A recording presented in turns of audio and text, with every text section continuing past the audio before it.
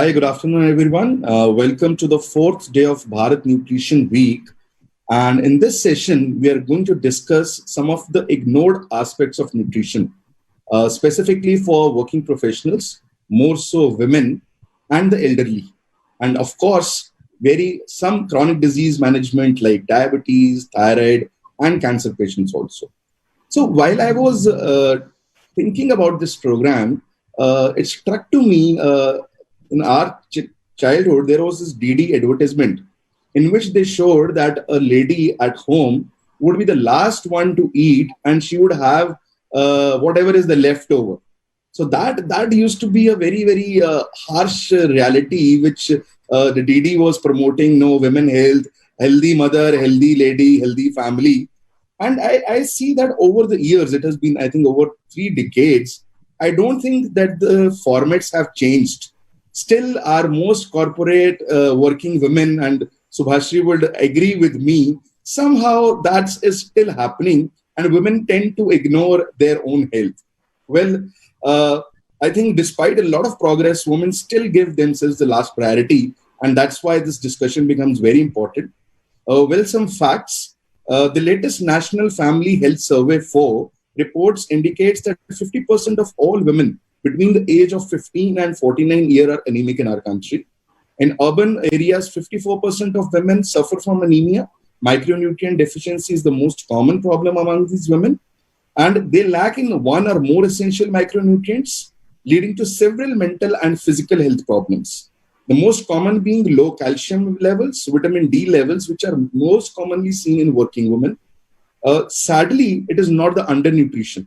We are now a progressive country, and hence the problem is not only undernutrition but obesity and overweight also.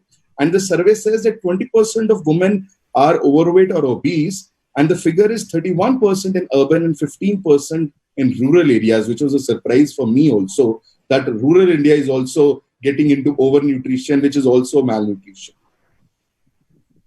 Having said that, I think the women, when they're juggling between various responsibilities, apparently do not spend enough time on exercise, leading to slower metabolism and poor absorption of nutrients. Ironically, despite the current flow of fitness, mobile apps, Fitbits, gyms around us, there has not been a proportionate increase in the numbers, especially when it comes to women who exercise. Even traditional practices like yoga, that are receiving a lot of attention and hype, are not being practiced by majority of women. So that's the situation where we are. Coming to the second part of our discussion, which is the elderly and the chronic disease management. So WHO says that between 2015 and 2050, the elderly population is going to double from 12% to 24%. Malnutrition is a major concern. The incidence of malnutrition ranges from 12% to 50% amongst hospitalized elderly, and 23 to 60% amongst institutional older adults. And also, elderly tend to restrict their diets. In the garb of Sattvic Bhojan, they omit lot of nutrients. To add to this, almost 80% of older adults have at least one chronic health condition and 50% at least two. Most costly chronic health conditions include heart disease, strokes, cancers, and diabetes.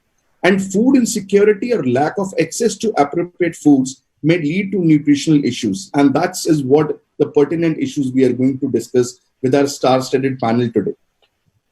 So to introduce the panel today, which is going to address the needs of working women, cancer patients, chronic disease management, elderly, we have with us our most revered Dr. Rajesh Bhalla, medical advisor, Indian Cancer Society. An alumnus of Armed Forces Medical College, Pune, Dr. Rajesh Bhalla is a postgraduate MSc in Defense Studies, MD Hospital Administration, and even a DNP in Healthcare Administration. Dr. Bhalla started his career with the illustrious career in Indian Navy since 1972 and has a diverse experience in private healthcare, where he has worked with ELK, Fortis, Max, Dharamshila Cancer Hospitals, and also with academic institutes like Indian Institute of IHMR and the likes in Delhi. I welcome Dr. Rajesh Bhalla, sir. Thank you. I also have with me Subhashri, Group Corporate Dietitian, Reliance India Limited. Subhashri Ray is a corporate dietitian with Reliance Industries Limited, which is the now I think the largest conglomerate in India, and a PhD scholar of ketogenic diet with 8 years of experience in nutrition science and medical nutrition therapy. She is a public speaker of nutrition, health, wellness, and lifestyle management, has authored 17 scientific research articles in various national and international journals. She has also presented her research work in 17 conferences, workshops, seminars, is an advisor for many organizations and companies dealing in food and nutrition, a reviewer and editorial board member for reputed international and national journals, and lifetime member of several reputed nutrition bodies in India. I welcome you, Subhashri. Thank you. Very interesting personality today we have is Sahil Purthy, founder Keto India, somebody who was made for the Silicon Valley and engineer by background, has taken integrative oncology and nutrition as his passion. Sahil Purthy, the founder of Keto India, is an engineering graduate from Netaji Subhash Institute of Technology. Prior to Keto India, he was working on building and scaling healthcare tech startups in Silicon Valley and one of the India's largest growing travel marketplaces. Realizing the power of metabolizing fats as completely different source of fuel for the body and to break the myth that the fats are bad, Sahil started Keto India with a team of nutritionists to help people not just lose weight, but various other health backgrounds, specifically cancer patients. I welcome you, Sahil. Thank you so much. Thank you so much. So happy to be a part of this panel. Great. And we also have with us our youngest panelist today, Amrita Sandhu. She's the director and co-founder at Care India Health Private Limited, working towards offering individuals good quality, affordable, primary and preventive medical services under one roof in small Indian cities. Her key focus is towards improving women's wellness as well as helping diabetic patients manage their disease efficiency. They place a strong emphasis on wellness and nutrition as the backbone to good health and say that the diet can prevent various chronic disorders. I welcome you, Amrita. Hi, thank you, everybody. Nice to be here. So let's start with the women health and Subhashri here. So Subhashri, you're working with a lot of workplace intervention programs where you're looking after protocolized nutrition in women health. My first question to you would be that what are the challenges you see in working women and what are the various special needs you see that we need to cater to working women and working professionals? Right. So good morning, everyone. Rather good afternoon. So like you said that, women always put themselves in the end. I mean, they're always people, so I have also always seen that. So when my colleagues come to me and say that, I have to take care of my husband and I have to take care of my children and I don't get time for myself. So that is the most common line what I hear from my women colleagues, that I'm not having time for myself. And if I say that, okay, you are a pre-diabetic and if you are taking care of your diet today and you are doing physical activity and if you are, practicing meditation, so you can correct that situation. But what they say that I don't have time. So, this is a very, very common line that I keep on hearing from them. But that doesn't make any difference in their nutritional status. So most importantly, what I am observing is vitamin D deficiency, and there is a severe, lack in anemia and vitamin B12. I mean, a lack of iron and vitamin B12 in our women population. Also, in organization, I mean, we are also seeing people like women who are also obese and young women specifically, like, who are of my age, maybe 25 to 35, this age group, they are becoming overweight and they know everything. So the pattern, what I have seen in working women is that they're more cautious than men. Let me tell you that. So I faced a lot of challenge to make a man, like my male colleague, understand that why he should be practicing a good diet and then lifestyle. When it comes to women, they know it all because they keep on searching, they keep on browsing, they read it and they have groups, WhatsApp groups, so they share it. But when it comes to implementation, it's always they have to think, they think about themselves last. So deficiency is a very, very big issue. So across India, the prevalence is there, and we are no different. And also, I see lack of protein in them because, so there are a lot of PCOD cases. So if we are talking about non-communicable and communicable, so there are a lot of deficiencies which are there, and also PCOD is very common in our, in general, what I see in the population. So these are the major issues. Yeah. Great. And what are the various workplace intervention programs, or the whole lack of right? So, for example, I'll give you an example. In our organization, what we did was that we started involving the family itself to take care of that woman. So I had this typical case where, again, the hemoglobin was low, LDL was borderline, and this was a middle-aged lady, again, with low calcium levels and low vitamin D levels. And we spoke to the husband and son, right, that as important as you are for this lady, the lady is equally important for the household. And then they started monitoring the eating habits and the supplements and everything, and that really helped. So what are the various simple things which Reliance Industries, or you being their corporate dietitian, is putting into place to overcome these obstacles? So I think, in the organization, we are putting a lot of effort in number one. So we do a lot of, awareness station. So every month we have target-based intervention where we take group of women and we speak to them. And also we have our database where we know that who is a deficient person, who is having pre-diabetes. So we have all categories. And every month we have a monthly theme based program. So every month there is a theme, and we keep on organized program basis that. And there is always a special lecture or a special discussion, like we are doing panel discussion, a special live session for the women employees, particularly for them.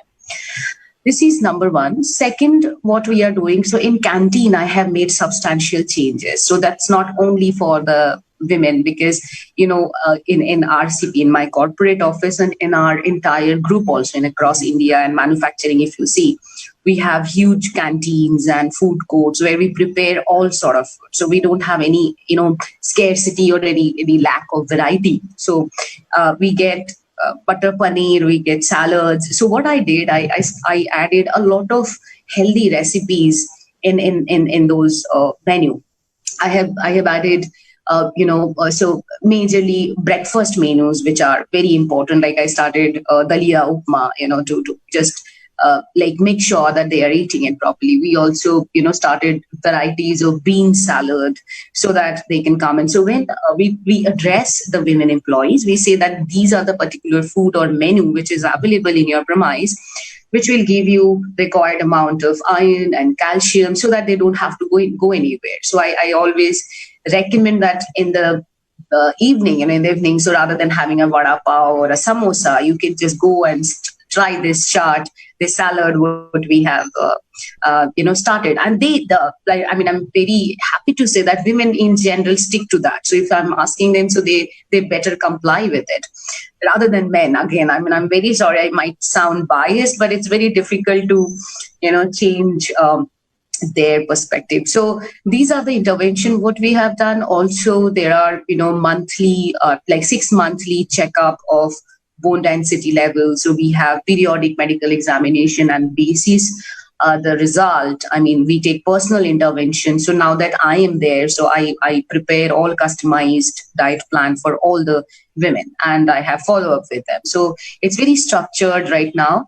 And also the family, what you said, so family counseling we also do. We address the family, particularly when there are an occasion. Other than that, if we see that some lady is saying that it's absolutely not possible for me, so yes, I also spoke personally to some people. We didn't do it from organization level, but yes, personal level, because it's in my hand. So I keep on speaking to people.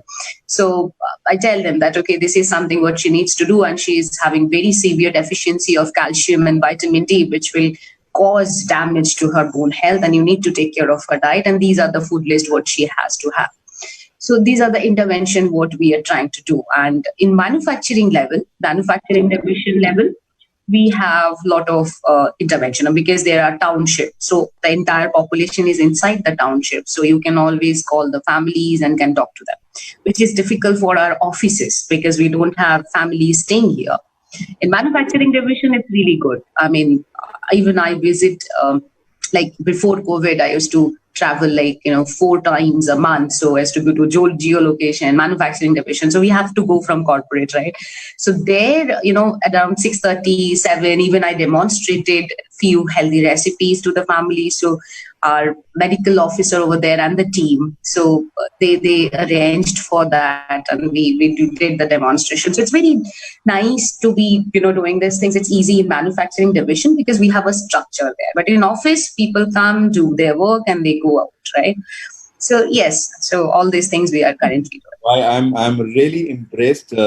It's not that easy as you're speaking it, right? I have worked with industries like Jindal Steel and Power Limited, and so it is very, very difficult to implement and monitor and do a trend setting of that the health parameters are improving. I must congratulate you on the good work you are doing. And from here, let me go to Dr. Rajesh Bhalla sir. Dr. Bhalla sir, you are working with the Indian Cancer Society, where you have a battery of these cancer fighters, right? Which you train, which you reinforce, and they somehow meet the special needs of these cancer patients who literally have very, very specific needs on not even nutrition, but I would say counseling, hand holding, and a holistic care. So could you throw some light on that part, the special needs of the cancer patients, and specifically the role of NGOs in that? Thank you, Gaurav. You see, Indian Cancer Society, or in short we call it as ICS, we've got 60 cancer survivors. I prefer using the word fighters rather than survivors. Now, most of them are ladies, and we also have about 15 children with us who are also attending school but are getting the treatment done also. Now, coming back to these ladies, they're all volunteers. They are all volunteers with us, and having gone through a process of having cancer within their body and being treated thereafter, surviving and going for regular checkups, they are highly motivated ladies.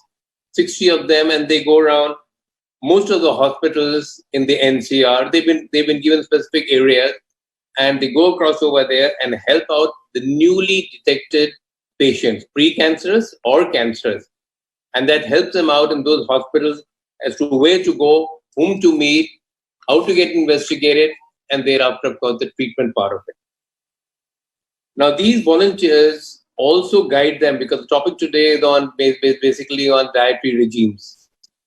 So they also guide these patients on the dietary regime depending on the type of the cancer which has been detected, and also the organ involved. Because whether it's the breast, the lungs, the cervix, the ovary, the pancreas, liver, colorectal, head and neck, etc., there's a slight variation in the type of food which each person is supposed to have. It's not that one size fits all. No, it's not that. And no two people are alike. Maybe a lady with ovarian cancer, another one also identical ovarian cancer, even if they're twins. Even then, the diet regime is a little different. Here, another element comes in very, very strongly, and that's temperament. Something which we always miss out. But every person has to be looked into separately. And then these volunteer ladies, they educate these individuals on food products, antioxidants, intake of nutritional and adequate diet, quantum of the food to be eaten, intake rather, preserve the body mass, protein intake, who's to take protein, how much, and its quantity, fats, vitamins, and minerals, and its food components. Most importantly, which we miss out, is the fluid intake. Fluid intake, especially in cases of radiation therapy and chemotherapy. That is where otherwise the sickness sets in. Now, there are certain items like turmeric and cinnamon, which of course our lady over here, Subhashri, will be able to guide more on. Now, these volunteers are specifically trained by specialists. Specialists like Ishi Khosla, who is very much attached to our Indian Cancer Society as and doing social work with us, and also Subhashri. They train them, they educate them, and they have regular classes, including reorientation classes at least 3 to 4 times in a year, so that they do not give incorrect or misguide the cancer patients, which is very, very important, because what happens today in the media, social media, people keep on saying a whole pile of things which may not necessarily be correct. I personally guide whoever asks me. I said, look, you want to go to some sites? Go to WHO, the World Health Organization site. Go to ICMR in India. Or you go to the CDC, that is the Center of Diseases in Atlanta. These are the sites which give you actual and factual information, because otherwise they will not be released by that particular organization. In addition, awareness on good hygiene practices, especially in case of patients who are undergoing chemotherapy and radiotherapy, and even after that, because some organs do get partially destroyed after going through this therapy. In addition, if they have comorbid condition, that also has to be tackled. For example, a person may be having diabetes, type 2 diabetes, and what particular type of food elements to be taken. For example, sugar. Should the person have white sugar, jaggery, or anything else? All this is part of it, which they are guided. Then comes the age-related balanced diet. Again, one sock does not fit all. Whatever a person say of the age of 30 having cancer, another person at the age of 80, they will not have the same balanced diet. It will have to be customized to their requirement. So these volunteers learn all this and then pass them across. Last but not the least, there are two elements. One is the caregiver and one is the patient. Morale boosting, something which we always forget. So these volunteers, they may participate in that. They go and boost up the morale of the patient and the caregivers. Very often the caregivers are relatives. The relatives will obviously be conveying that information, what has been told to them by their parents and grandparents and their uncles and aunts. Now that sometimes has to be neutralized so that the morale of the individual stays high. Any cancer patient should have the will to fight it out. That's why I call them as cancer fighters. Thank you. I think I'll go to the next. Thank you, sir. That was really, really very insightful. And I must again congratulate you and the Indian Cancer Society for making these fighters give that personalized physical touch to the people who are really lost when they get cancer. But what I am seeing now is, sir, a change from physical touch to phygital touch. And that's where COVID has taught us in healthcare at home India, home care was always taken as a nurse at home. That was the most essential factor, right? But with now technology playing a very big role, telemedicine playing a very big role, app-based management taking a role, we are managing thousands of patients on home isolation, which are COVID positive but are mildly symptomatic or asymptomatic, right? And that's where the world is moving from that physical, these volunteers, which I used to see in whether Rajiv Gandhi Cancer Institute or in Dharamshala Cancer Institute, right? I've seen that movement happening in the last 1 quarter or so.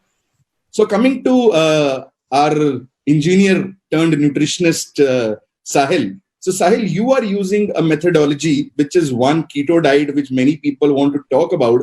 And secondly, this chronic disease management thing on chronic patients through your these phygital method. So tell us more about yourself, your Keto India and the integrative approach, please. Sure. So first of all, thank you so much for having me on this panel.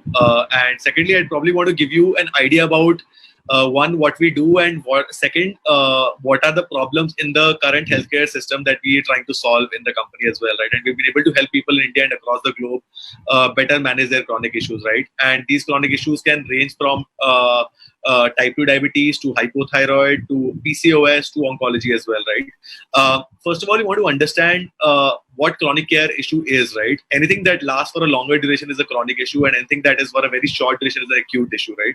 So issues like these are typically catered to using standard of care, right? Which is, for instance, a PCOS patient would typically be told to take either the contraceptive pill or take a metformin to be able to reverse their symptoms of their PCOS, which could be irregular period cycles, facial hair, acne, a louder voice. All of those symptoms are typically just told to be taken medications like these, right? And they're typically given very ambiguous advice in terms of the fact that they're told to lose weight, right? And that's a very ambiguous advice to give, right? Similar is the case in type 2 diabetes, where you would often see doctors tell you to take a drug like metformin, and that will be asked to reverse their type 2 diabetes. And similar is the case in something which Dr. Bhalla talked about was malignancies or cancer care management, where the chances of a relapse are extremely high.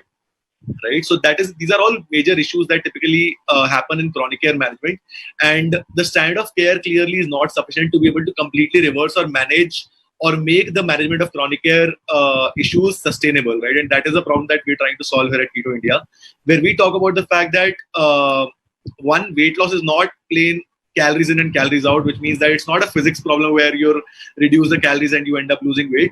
It is actually, and chronic care issues will not be a one-size-fits-all, which is what Dr. Bhalla talked about, right? So one radiotherapy and only chemotherapy will not be a one-size-fits-all to solve for a chronic care issues, right? And so what we're trying to basically solve is through integrative methodologies that can help you reverse or manage their chronic care issues at a more sustainable level, right? And in most cases, allopathy might not be the most sustainable. It can be one of the parts, but different layers that can personalize and sustain your protocols, which could be naturopathy or nutrition, or integration of clinical trials in the standard of care.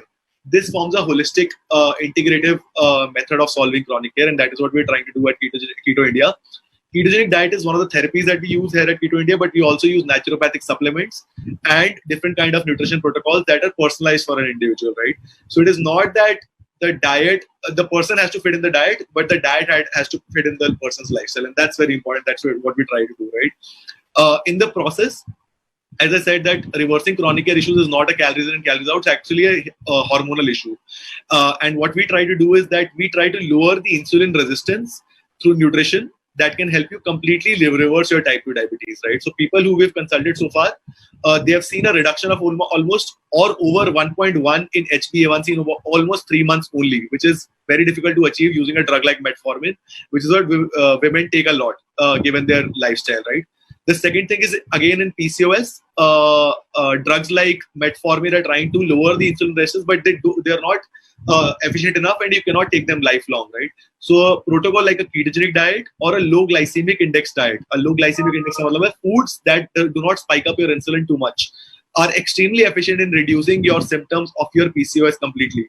And just to put in some context, that 1 in every 10 women in India have PCOS, right?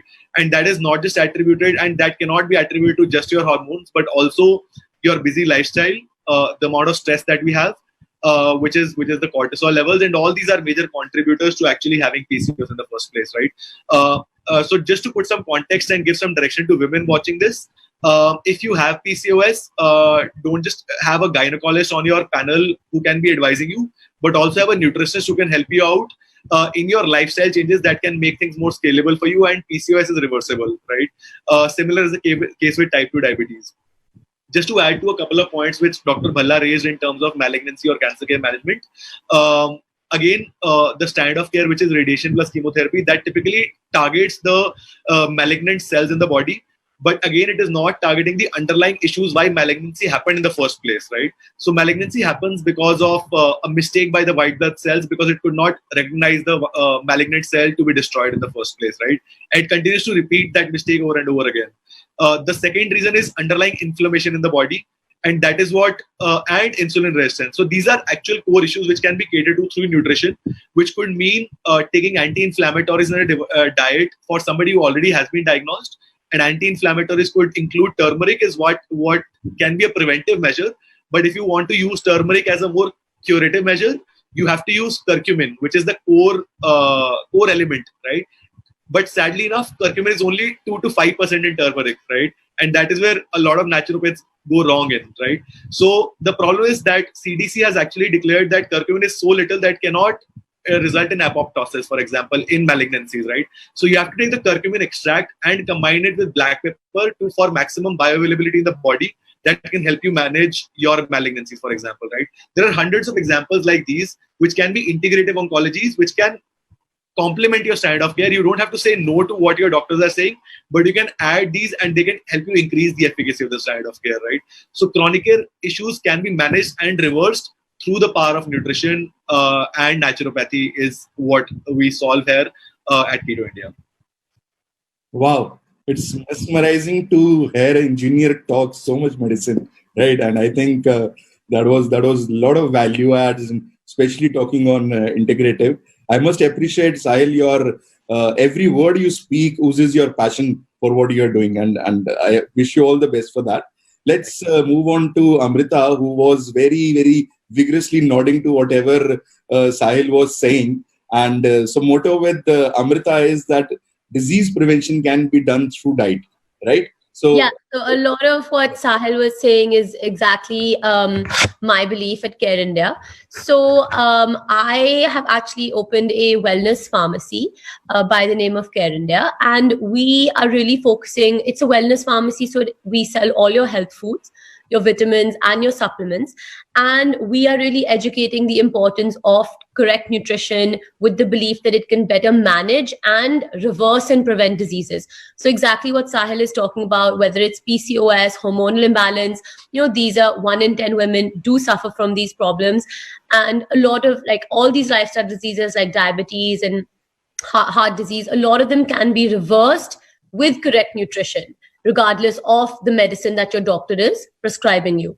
So, I'm not going to go into we all know the alarming stats of India, of how it's the diabetes capital of the world. 70% of our 70% of our country people do have a lifestyle disease, and 20% of the kids are obese. So these are the statistics out there. And I just feel that now, in this time of Corona, people have become more aware about what they're putting into their body. People are more concerned because obviously it is a disease that does have more consequences for people suffering from lifestyle diseases. And I think that is what's getting, I think people now being at home, we should focus on foods that can help us improve our health, as well as boosting our immunity. And just a few pointers. I'm not looking at a specific disease category.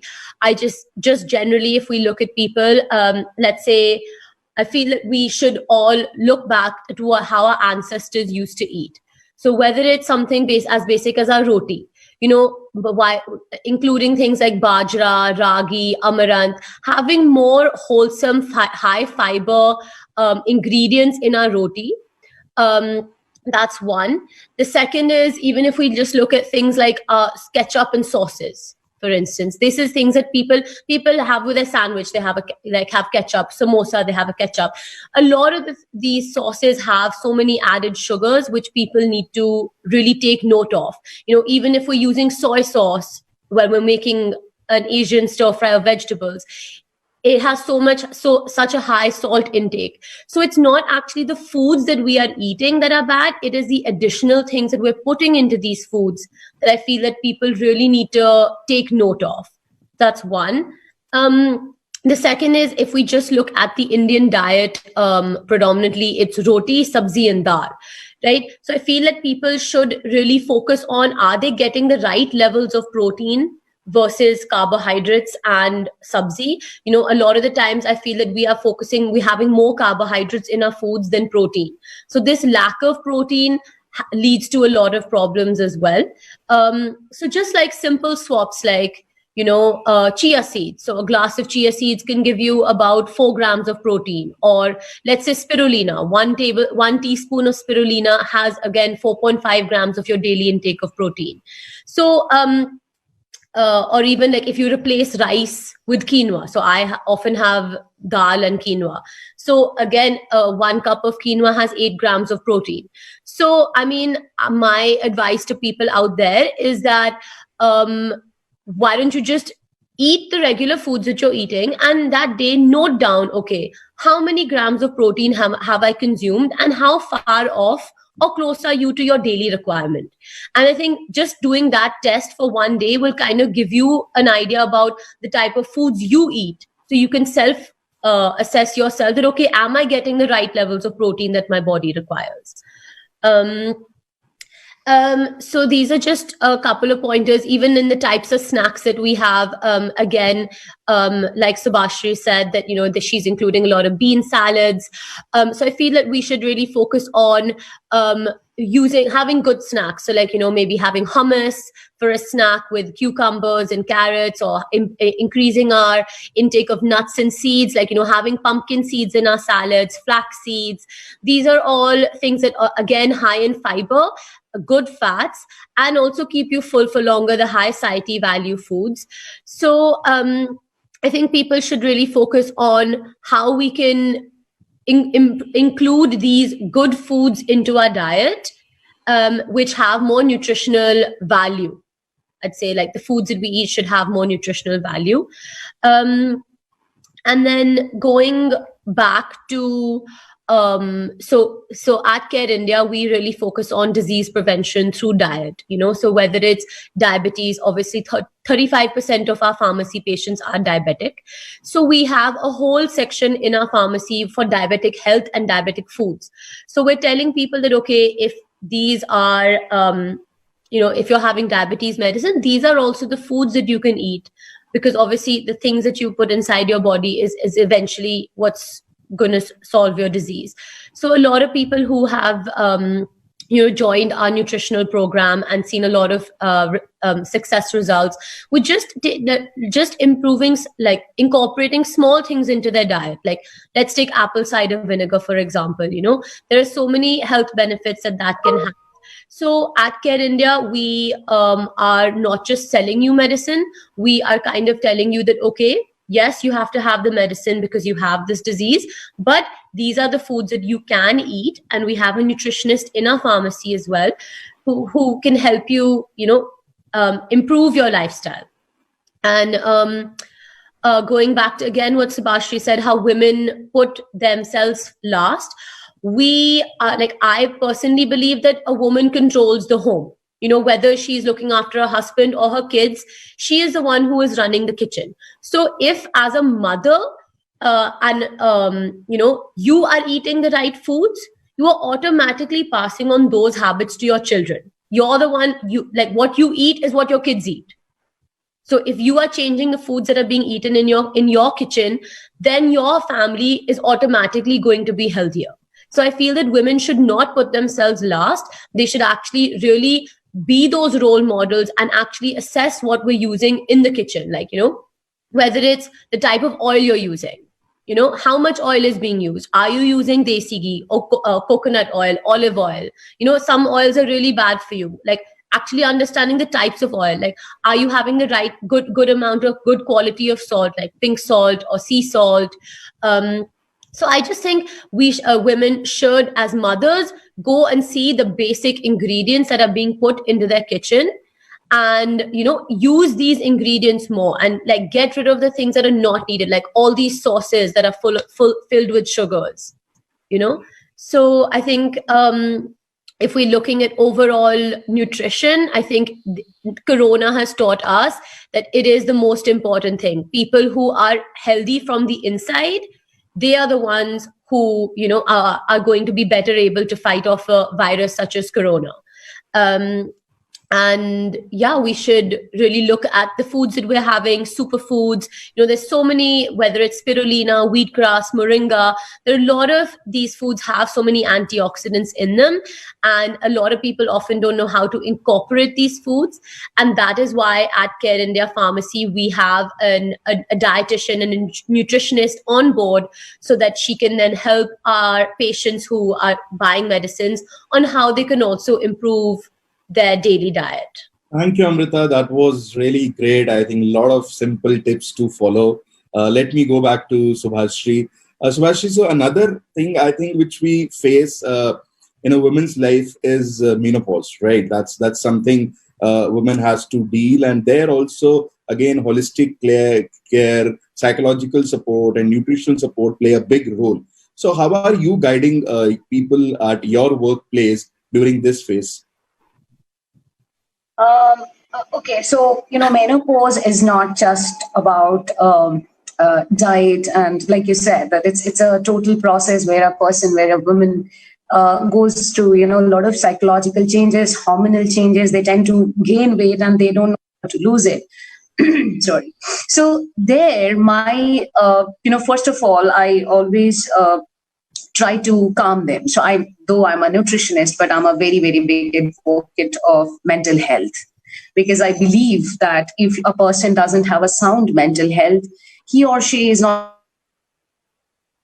have a problem like motivation. You lack a motivation, you are depressed, you are sad. So it's very difficult for a person to continue with a goal. So first I try to talk them through, because this is a phase where they have a lot of changes in the body, so they don't know how to manage it. There are sometimes they say that I'm very much heated, I don't know what to eat, and I stopped eating, and so everything like she eats, she feels that okay, this is creating harm to them. This is number one. So that's what I try to first soothe them, that okay, this is fine, this is just a procedure and we will get through this. Second thing, what we are trying to do is that we have two groups of women, what we do intervention separately. So we have program for women who are up to 40, and we have programs separately for women who are above 40. So there we address these issues. I try to give a general idea that what menopause is and what are the changes she can expect, because that is important. If you are prepared, then you are manageable. I mean, you can manage it better. After that, I encourage them. So in that group, what we do, we have a yoga specialist with us. We have a meditation specialist with us. So there's one doctor, a colleague of mine, who is specialized in meditation. So he particularly work in that issue, that to calm the mind down. And then number two is nutrition, what I take up, where I speak about importance of a holistic nutrition, like Amrita said. I mean, I am working in COVID since so long, from the beginning as a public health specialist also. So what we are seeing, that I totally agree with her, that nutrition is the root cause. So if you see the association, everything is nutrition. If you are malnourished, you are more vulnerable to contracting the virus, because you have lack of immunity. Malnutrition, I'm talking about undernutrition and deficiencies. If you are overnourished, that is, you are obese and obesity-induced disorders like diabetes, hypertension, so then again, you are prone to more severity and mortality. So it's all come back to the root cause, that is nutrition, what you eat, how you live, what is your lifestyle. So that is the main mantra all the time for post menopausal women also. So what I try to do is, I give them the idea of holistic nutrition. I don't believe in a particular food, Gaurav. I mean, I don't think that there is one food that can help you. I'm always someone who wants to, who believes in totality, because you need to have everything. So I teach them what is a balanced diet and what is the importance of calcium. How do they include calcium in their diet? By taking yogurt, curd, and simple buttermilk every day. The importance of iron, and particularly taking care of the part that they might, accumulate a lot of adipose tissues when the estrogen starts, that doesn't secrete anymore. So these are the issues. So specifically bone health and the obesity management, what I do for menopausal women. So that is the intervention. Great. So in the last 10 minutes of this discussion, let me jump back to Sahil. Sahil, keto diet, as many understand, is a fat-rich diet, right? एक तरफ हमारे बुजुर्ग ये कहते थे कि fat नहीं लेना है. This is what we have been taught, low-fat diet, right? And then come proponents like you who say, oh, fat has to be the most important part of your diet. Take as much fat as you can, right? Can you debunk some myths on keto diet and some advantages of the keto diet? Right. That's actually a very good question. And I'll give you an idea about what are the myths that I hear every day as we work with people, right? The first is that one, fats will actually raise your cholesterol and triglyceride levels, right? That's the first thing that you will hear a lot, right? But on a ketogenic diet, what you're actually doing is you're eating the fat and you're burning all the fat in the process to produce ketones, which is ketone bodies from the body, right? From your dietary fat and your body fat, right? So while you're eating that fat, you're actually burning fat, and you'll actually see a significant reduction in your triglycerides immediately.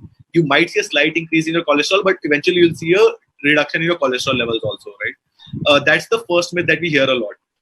The second is that, and the second add-on part to it is that the amount of dietary fat that we take is very insignificant to the amount of cholesterol that our body produces by itself. So a fun fact is that our body produces 3,200 milligrams of cholesterol every day.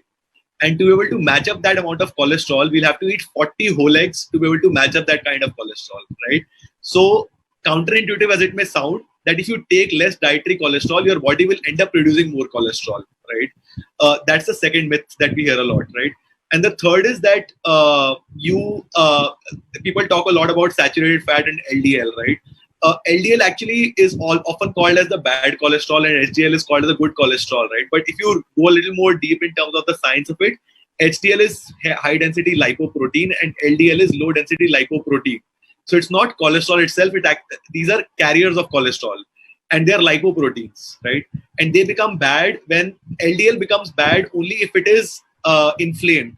And inflammation happens when you actually combine your trans fats or bad fats with refined carbohydrates, right? Which is simple carbohydrates or simple sugars as we call them, right? So if you combine the bad fats with your simple sugars, that is what actually results in LDL being bad. Otherwise, LDL is not as bad as people talk about it, right? American dietary guidelines actually removed the limitation of fat from it was initially about 15%, 18% of the dietary guidelines. But the dietary guidelines have removed the limitation of the amount of fat that you can have on the diet, right? So fats are not as bad. You need the fat to actually to cater for different parts of the body, functions in the body. And most importantly, people also talk about fats will make you fat. That's the most common myth that we hear a lot. So I'll give some detailed science and some basic science that everybody is able to understand as well. People talk about fats having 9 kilocalories per gram. That would mean that because they will go in caloric surplus and they will end up gaining all the weight, right? But coming back, that weight loss is not a calories in and calories out. Like, you don't have to subtract calories. The more dietary fat that you take, there is a hormone in the body called as leptin, right? And it sends signals to the brain that I am full, right? And dietary fats cater to leptin the most. And they give signals to the brain that I am full. And that will not happen if you take too many carbohydrates, which is what Amrita also talked about, right? That if you take too many, if you take a lot of good amount of fat in the diet, you will not feel hungry for longer, which will make you feel satiated, right? And if you've taken dietary fat, you will by default be in a caloric deficit, contrary to popular opinion that because it has 9 calories per gram, you'll end up, you cannot have 900 calories of butter every day, right? Because it will make you feel so full that you will end up being in a caloric deficit by yourself, right? So things like placing your diet with sufficient amount of good fat, healthy fats, and right source of protein, and having complex carbohydrates or low glycemic index carbohydrates is the right way to go. Even if you cannot do a ketogenic diet, which can be a little hard for some people, you should adopt to foods that can be low on the glycemic index, that do not spike up your insulin. That means that complex carbohydrates like whole wheat, quinoa, I would probably prefer taking almond flour or a coconut flour for your diet, right? These will not spike up your insulin. They will make you feel satiated for longer. If you're a non-vegetarian, you should have the right kind of fat sources, which could be chicken, fish for your omega-3s. If you can eat fat, have the right kind of coconut oil, ghee. Desi ghee is extremely healthy. I could go on and on about the benefits of it. And the right kind of protein sources for vegetarians could be paneer or soy. Or whey protein or pea protein for vegans, right? So people who are pro-veganism, they can also take pea protein, right? So if you combine that and the right kind of fat sources, you will actually not gain weight and you'll actually curb a lot of chronic care issues that you might have, right? So that's the right kind of myths that we hear a lot. And most importantly, I would probably add to one of the points that Amrita raised really well, which was sauces. While we were in the initial stage of the company, I kind of realized that the moment we go out, everything in a packet is something that that is most likely unhealthy, because to be able to store that in a packet, they either put unhealthy source of fat, which are not good for our body, or they will put sugar, which triggers a portion of the brain which is called as dopamine. So you keep going back to that packet over and over again, right? So if you want to have healthy foods in the diet, have something at home and avoid anything that is coming out from a packet. It's the simplest hack to avoid any sorts of chronic illnesses on the long term. Great, Sahil. I think that was quite interesting hack, although all the kids are going to hate you and too by saying that don't have sauces and don't have chips and all that stuff. I'll go to Dr. Bhalla sir. Dr. Bhalla sir, any closing remarks before we close this session? You see, what everyone has mentioned today is absolutely fabulous. There's no doubt about it. The only thing is, how do we convey this to the masses? Now, that is very important. You see, what we are doing in a little small group over here. Now, this is where awareness comes in. And I am sitting at a place called Cancer Detection Center at Baba Road in Delhi. And anyone who comes to us for a checkup, not necessarily a patient, I call them as individuals. And when they come over there and if I'm examining them, I think I spend half my time educating them on certain awareness programs, like what we're discussing today. And some of them said, Dr. Sahab, hum iske liye thodi aaye hain, hum apna jaanch karwane aaye hain. So I tell them, I said, I agree with you, but until you understand why this problem has taken place, now you tell me what your problem is. Believe you me, half of them, especially ladies, they say, aapne mar ko already jawab de diya. You know what happens is awareness thing is where we are lacking. And that is very, very important. And it should be genuine awareness. So we have leaflets and pamphlets we give out and we tell them, it's free of cost, don't bother about it. Read it and come back. You know what's surprised? College girls, college ladies, they would come back and ask questions. You know, like vaccination, HPV vaccination, things to that effect. How do you prevent cancer, cervical cancer? I just spell out a few snippets and that's how they come back. And their nutrition also plays a role. And last but not the least, what I call as the mental health. Among the NCDs, mental health takes a last position, but is equally important. Thank you. Nice session. Sir, thank you. I think this was a very, very interesting session. We had all the wisdom from Senior Dr. Bhalla sir, all the technical expertise from Subhashri, and two young entrepreneurs who talked of so many new things, which was a great learning for me too.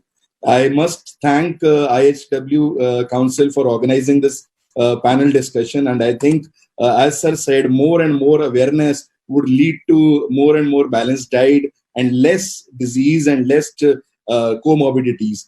Thank you so much, everyone, for contributing to this panel discussion.